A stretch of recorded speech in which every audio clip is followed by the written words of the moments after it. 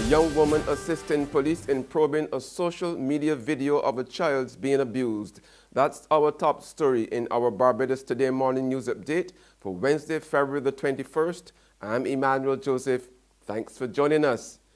A 22-year-old St. Michael woman is currently assisting police with investigations into a recent social media posting showing a child being abused by a woman. In a series of disturbing videos, the woman can be seen hurriedly forcing the young infant to eat food while asking the toddler to open your mouth, girl. In one video, the woman is seen kicking the infant in the head while repeatedly saying, "I hate you," before being forced to stop by a male who could be heard asking the woman to stop kicking the child. In a third instance, the child, dressed only in a diaper, is seen creeping down the path leading away from the house. Members of the public have reacted angrily to the video, calling for the child to be taken from the woman whom they say should be charged. The guilty verdict in this country's first trademark infringement case will have a ripple effect on the ability of small businesses to continue their trade. This is the view of attorney-at-law Sacha Kisoon, whose client, director of Ouch Boutique in the city, Grenville Ricardo Del Peach, was found guilty at the conclusion of the landmark case. He has already served notice that he will appeal the court's ruling. The reality is that most of our retail stores in Barbados, and especially the level of store that we're talking about, Mr. Del Peach, they're going to be getting their products from merchandisers in the US. They're going to be doing the very same thing he's doing. In fact, this is going to have a ripple effect and a serious problem for most retailers in Barbados. They get from the very same suppliers that Mr. Del Peach will obtain. They're going to Targets, they're going to the storefronts in New York, Manhattan, Miami. They rely on the integrity of the people who say they're selling genuine products, and they have no reason or cause to go behind. So that's going to cause a serious problem for every storefront here in Barbados. However, while welcoming the court's decision, Puma's legal representative in Barbados, attorney-at-law Mark Hope, said that Barbadian business people must adhere to the contract law principle of buyer beware. Mr. Del Peach is a business person. Certainly, if you are going to go into business, you ought to do your research.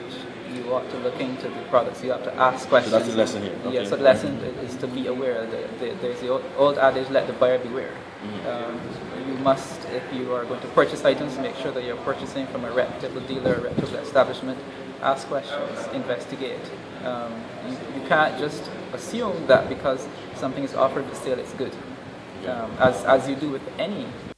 Del Peach was charged with selling Puma Fenty by Rihanna Creeper sneakers and Puma Fenty slippers, and exposing for sale 17 Puma slippers, 7 single shoes, and 31 backpacks that were allegedly counterfeit in May last year.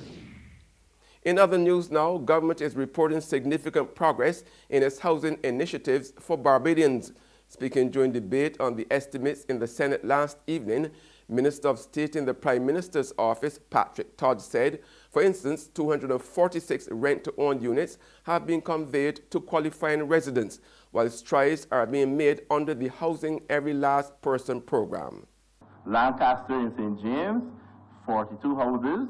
The NHC has been able to complete the sale for 29 properties, and we are waiting certificates of compliance for the remaining 8 houses based on satisfying conditions imposed by the Drainage Division.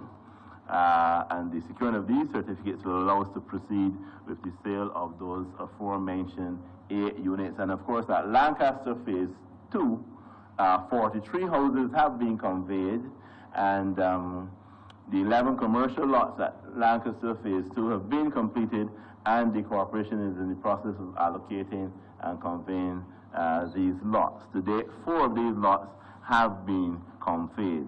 There's regional and international news after this short break. speak to you in the most expeditiously and bombastic manner. AgroFest 2018 is here, so why are you procrastinating your physiognomies? Go and get your tickets now at all the approved box offices. And listen, the ticket prices have been reduced. Dolly, Dooksy, and Dan can be there, so why not you? AgroFest 2018, you farming the future. And as the young people say, AgroFest can be lit. AgroFest can be chopping. AgroFest got me so excellent.